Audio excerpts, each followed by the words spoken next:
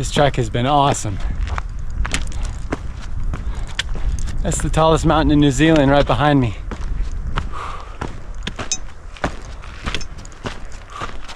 Absolutely insane.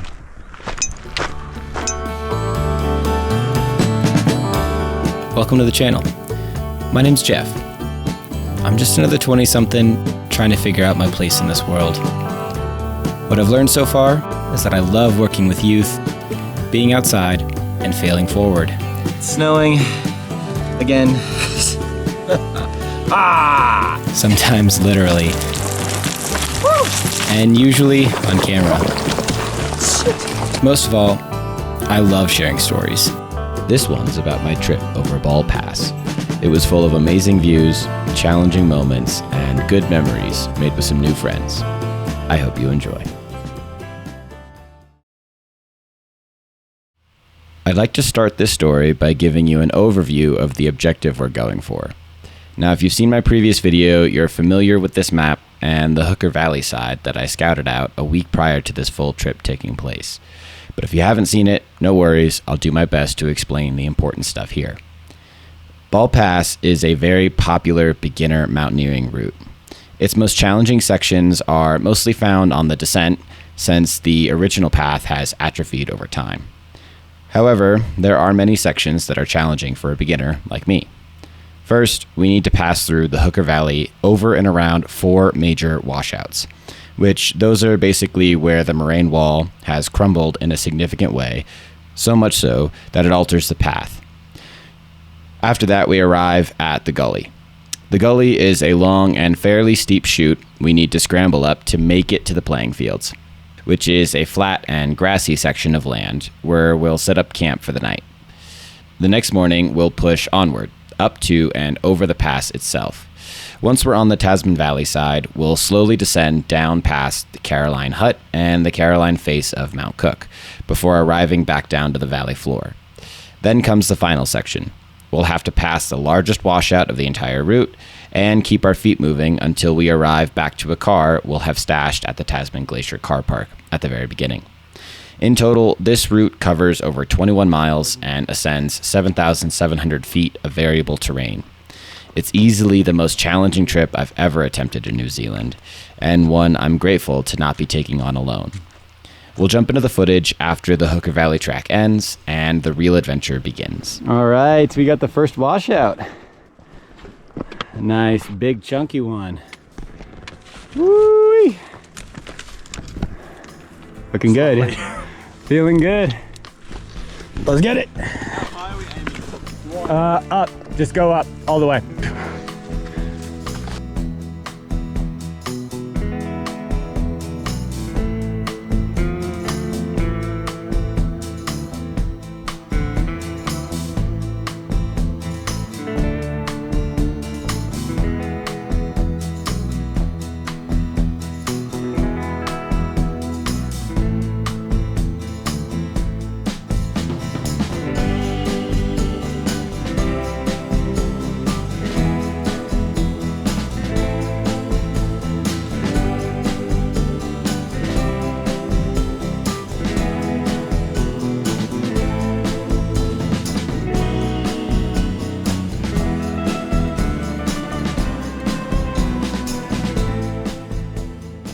Doing good, guys. Sorry, you probably got to get the smart. It's all good. It's real, right? This is taxing stuff. Jeez, everything is biting and stinging. Yeah. True. And you look like you're out here ready for your day of school.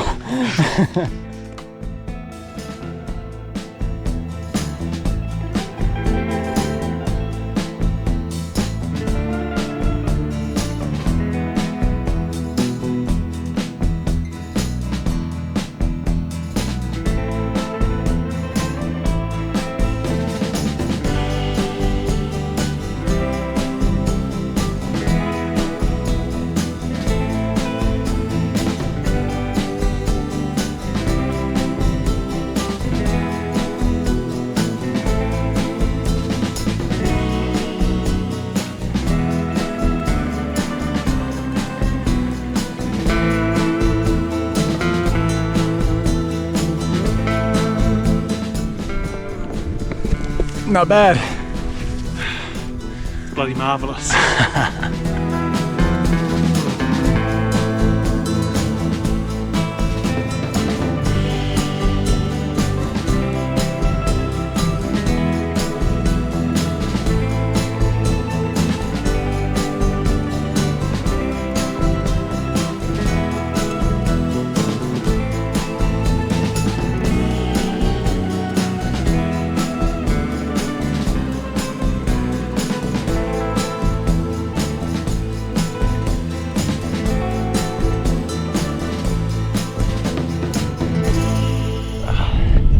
Well, we made it to the base of the gully, and there she is, all the way up there.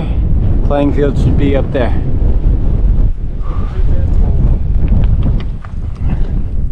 Not a bad view. Once we arrived at the base of the gully, we decided to take a lunch break. During this time, we got to know each other a bit more, soak in some of the views, and talk about the next section. It's in this conversation that I realized there was a miscommunication at the trailhead with one of our teammates. Mata was planning to go on this trip with a few ultramountain athletes that planned on running this route in one day. It turns out their group had planned to meet at the same car park at the same time that we did. So when Mata showed up asking about Ball Pass, we assumed he had been planning for an overnight adventure with us. He had a strict timetable to abide by since he worked the next morning. After some debate, he decided to keep pushing with our group even though he wasn't sure what he was going to do when we stopped to camp for the night. Once that was settled, at least temporarily, we turned our attention towards the gully. I took point and offered Mata my helmet. That way, if I happened to kick free any rocks, everyone's heads would be protected. The footage picks back up a short bit after we began the ascent. Nice. Pretty loose, huh? It's okay. Yep, just shoot right up the gully. Which area are the playing fields? Is it like behind there? So we curve onto them. So we'll go up above them for a bit and then curve onto the left. Should look like a bit of a plateau. Yeah. And Maybe take about an hour or two to get up here. yeah, I would do so.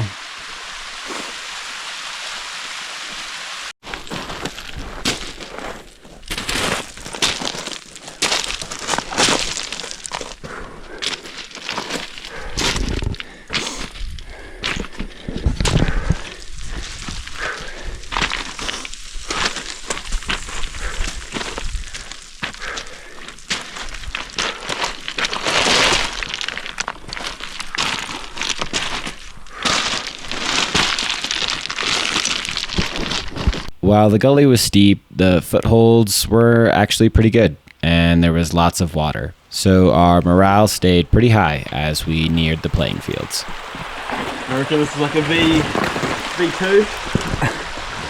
You're both trying things right now. A little playtime in the mountains. Afternoon boulder sesh in the Alpine.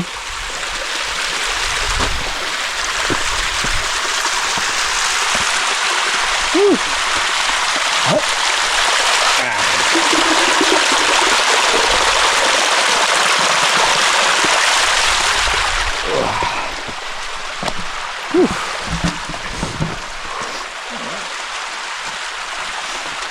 Wow, that's nice. Just lovely.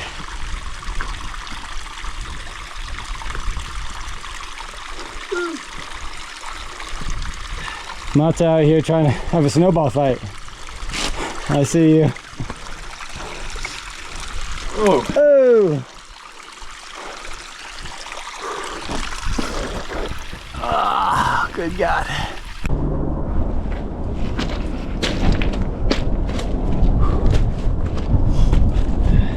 As we climbed higher, the air began to feel thinner and each step felt more consequential than the last. While morale was high, I could tell my body was tired.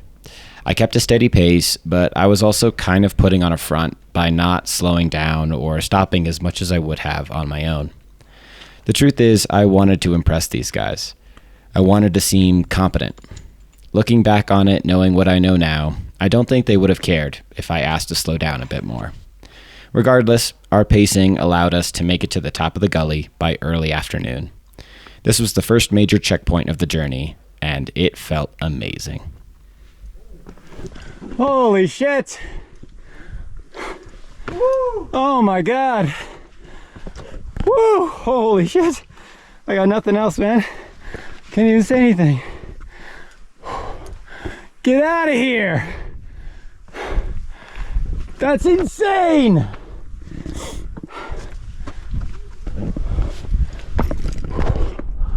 Whoa!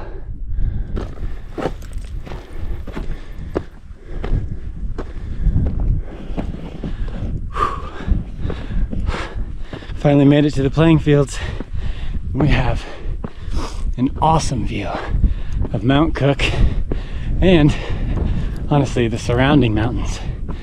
This feels like a fucking movie, man. Oh man.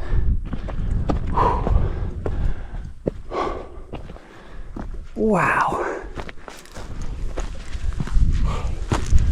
Oh my god.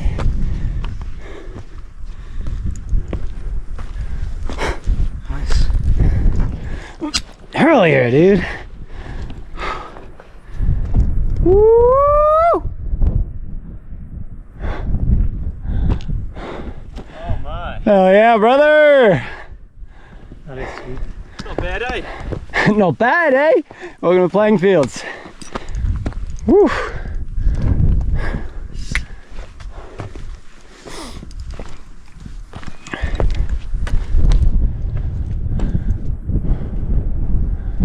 Wow, dude. I've never been so close to Mount Cook before. While we weren't even halfway through the trip, I couldn't help myself from trying to rope the others into a favorite pastime of mine. Wooing / screaming, or whatever you want to call it, at a beautiful viewpoint.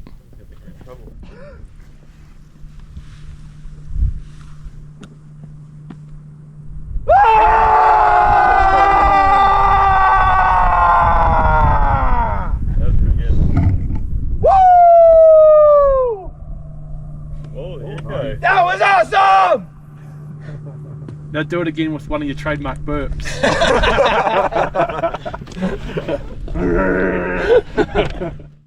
After having a bit of fun and taking some group pictures, we talked about how to handle Mata's situation. Rory generously offered to join him and try to complete the rest of the route in one day.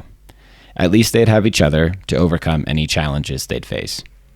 It worried everyone about splitting up and deviating from the plan, but it helped knowing that Rory had all the equipment to camp for the night and call for support should they need it. Rory and I also exchanged Garmin info so I could keep track of their progress and we could communicate. Then just like that, the two of them split off and continued the ascent to Ball Pass while we turned our attention towards setting up camp for the night. And I don't think anyone was super thrilled about, splitting up, but it was the safest choice. So,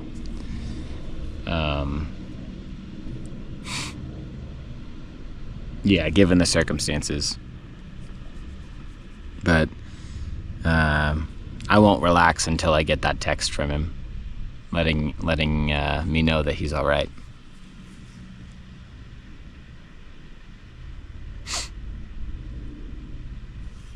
Anyway, yeah, so we're about to set up camp for the night. There's some good spots where there's like rock structures, similar to the Ehekatl Plateau or near Muller Hut. But before that trip to the Ehekatl Plateau, I camped near Muller Hut, and there was some rock structures that helped block some of the wind, which can whip out here in the evening. So, yeah, it'll be interesting. I'm excited to stay the night out here. Yeah, let's go set up camp.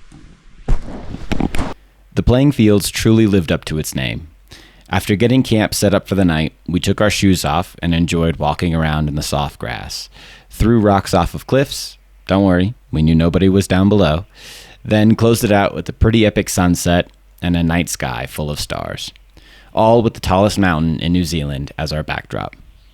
Even though I was feeling content, I couldn't shake my anxiety for Rory and Mata, knowing that navigation in the Alpine gets much more challenging in the dark. I eventually faded off to sleep that night, waiting for a response and hoping that we had made the right call.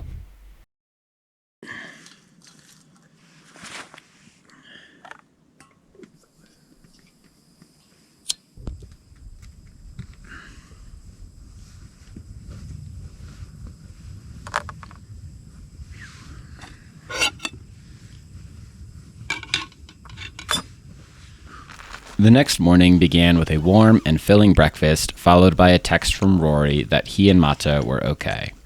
They had made it over the pass, but not all the way back to the trailhead, before Rory had to make camp, and Mata decided to push on.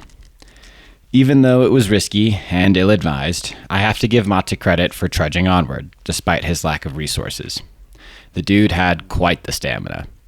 We eventually learned that he had made it all the way to Ball Hut Shelter, so about 75% of the way, before meeting some other campers and borrowing some of their overnight supplies, while Rory camped somewhere along the descent and finished the remainder of the route the following morning.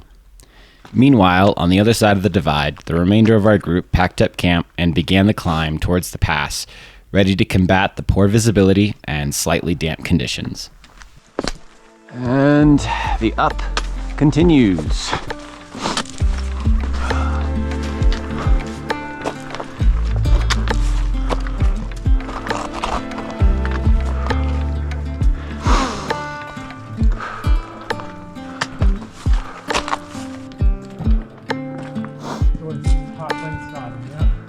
Yep.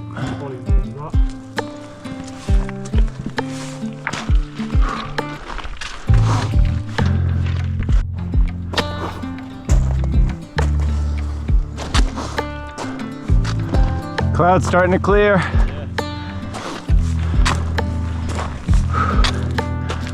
Oh, dude, this is awesome.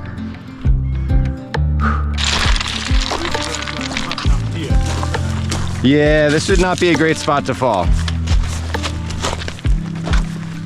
Pretty much a cliff edge right over there.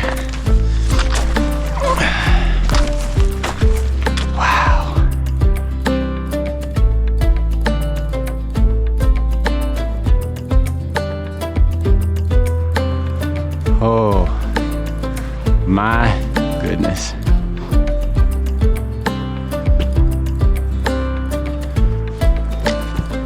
All right, Matt, when you get to a comfy spot, can I toss you my pole? Yep. Thank you.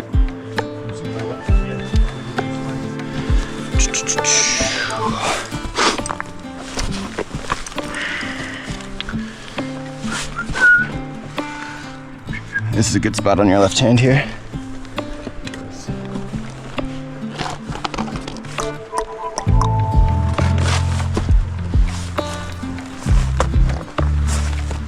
Thank you, sir. We'll climb under there.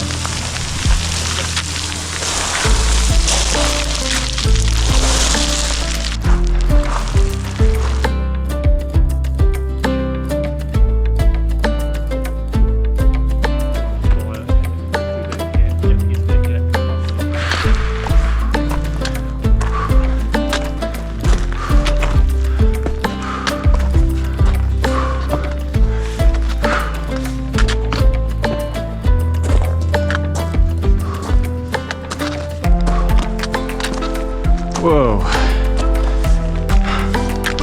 That's wild.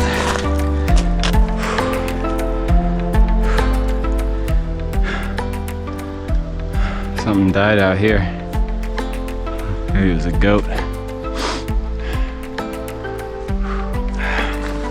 That is bizarre right now, what we're seeing with our own eyes. Is that sister? No. Yeah. What does that one mean? Is it? No. It's too close to the Muller Glacier. But what? What is it? No, it is Sefton. Is it Sefton? Yeah, it is. No way, dude. That's crazy. Yeah, it is Sefton because Sealy's, you can see Sealy poking up over the top of the clouds right there. Yeah. Holy shit, dude. After a few hours of climbing, we had positioned ourselves just below the permanent snowfield located directly underneath the pass. That meant it was time to put on crampons. Now, I was borrowing these from my friend Ryan, and he had gotten them from an old mountaineer that had used them decades ago in the Himalayas, so they were far from new.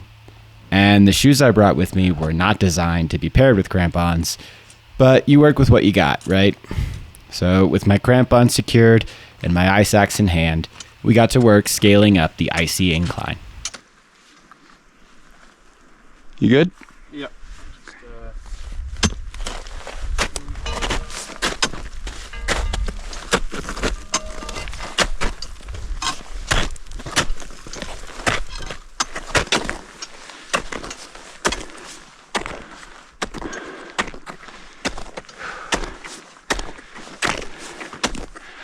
Dude, I bet this is a wicked trek in winter. I know.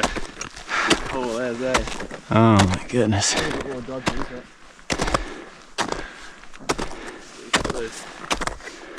Folds in the ice. Wow. Is that glacier, you think? Well, yeah, it's permanent snow, so I guess it's technically glacier. Pretty small though. Yeah. Not long for this world, probably. Fortunately.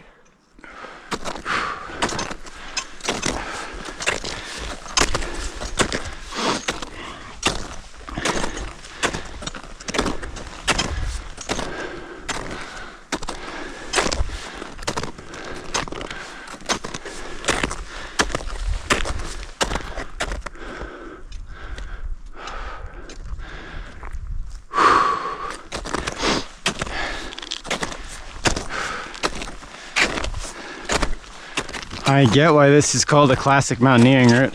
Yeah. It's got a little bit of everything.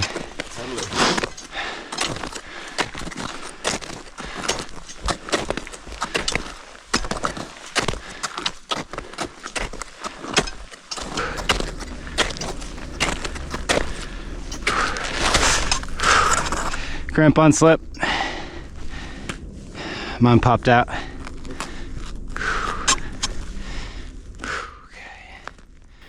At this point, my right foot slipped free of my crampon. Getting it back on felt like trying to juggle while balancing on a tightrope, because I knew that I'd go tumbling down the entire slope below me if I lost my balance. I could feel the fear pumping through my body and keeping me 100% focused on the task at hand. Thankfully, I managed to get it secured again, so we continued our climb. All right, I'm mobile again. Good. Yep.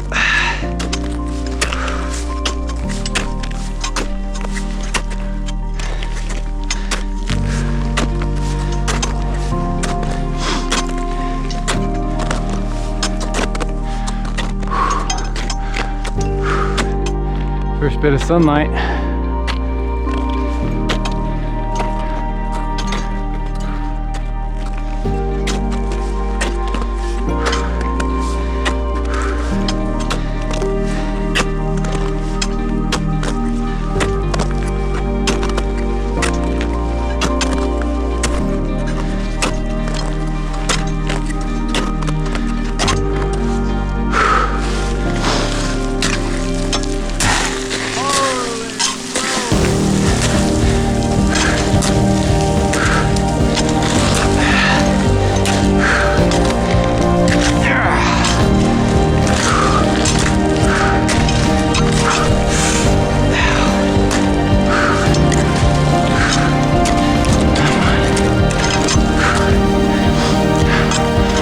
Holy shit.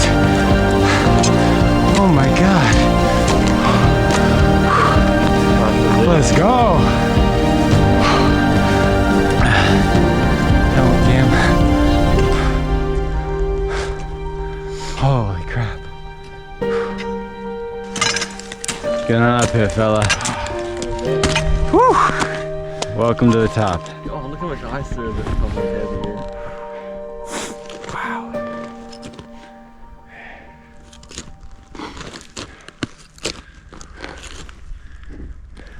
This is everything. Getting to the top of the pass felt incredible. I had spent so much time looking at topo maps and training for as many possibilities as I could think of, but there was nothing that could have prepared me for that view and the feeling of peace that came with it. It felt like the mountains stretched on forever. I thought of it almost like a reminder that there's an endless amount of adventure out there, and I'd be lucky just to experience a sliver of it. I also thought about my journey, how I got to this place. The fact that a kid raised by a single mom and who only made it through poverty thanks to that mom's hard work and determination could be in a place like this, on the other side of the planet, was simply ridiculous. It shouldn't have been possible. And yet, here I was, soaking it all in. We took a healthy amount of time to eat some snacks. Simon and Matthew were very generous in sharing theirs because, once again, I didn't pack enough.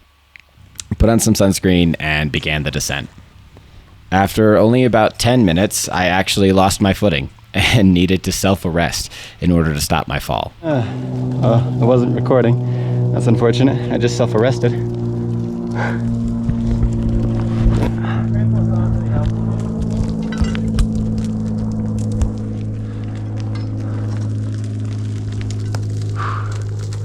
Just slip down this.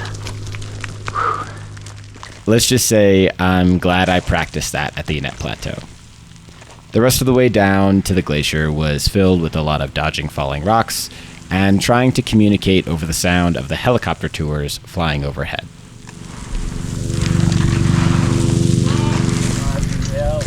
Oh, fucking hell.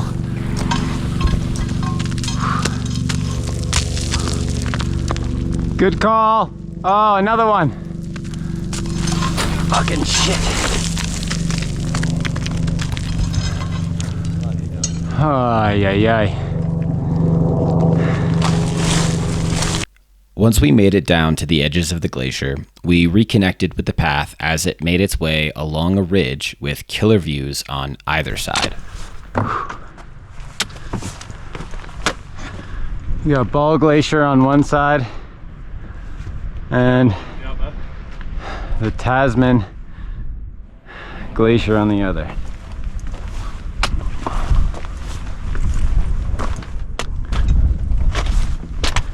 Wow. While the descent took a big chunk of time, we're going to stick to the highlights to keep this video from being too long. Our next checkpoint was Caroline Hut, a privately owned mountain hut operated by a local guiding company. It has a front row seat to the Caroline face of Mount Cook, a side of the mountain I'd never seen before. Now, I'd like to talk a little bit about the lore surrounding this mountain, which means I'll be trying to pronounce a couple of Maori names and speaking a bit to their beliefs. If anyone can provide additional context or has corrections to my brief overview here, please share them in the comments. While living in this beautiful valley, I had heard that the Maori people, which is the native group of Aotearoa or New Zealand, believed that this mountain to be a god of sorts. After looking into it on the Department of Conservation's website, it seems as though Aoraki, the Maori name for what I've been calling Mount Cook, is more like a sacred ancestor, one from whom all Maori are descendants of. While staring at the Caroline face of this majestic mountain, I could feel how powerful it was. I felt as though I was being permitted to pass through this area by something much greater, something I still don't know how to put the words to. After a few hours, we finally made it down to the Tasman side of the valley floor, something my knees were really excited about. God, it's so nice to be on flat ground again. I'm really fucking tired, but I'm just really grateful to be down, because holy crap, that was an adventure. The last handful of hours were filled with conserving both my energy level as well as my cameras. And while there's not a ton of footage, that's okay, because this last section of the route was more of a marathon than anything else. So we'll jump in at the very end as we make it back to the car park. I'm at the end. I made it. This last section has been hell. Not in terms of difficulty, just in terms of mental fortitude. I'm so happy to be back.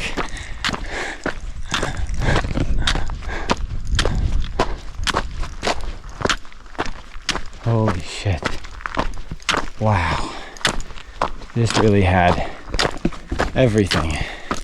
This trip was, mountains, and some sections felt like bushy, and others just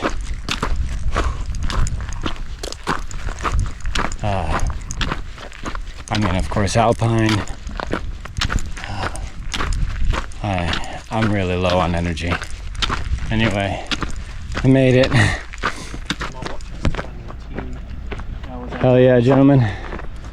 Is that total moving time?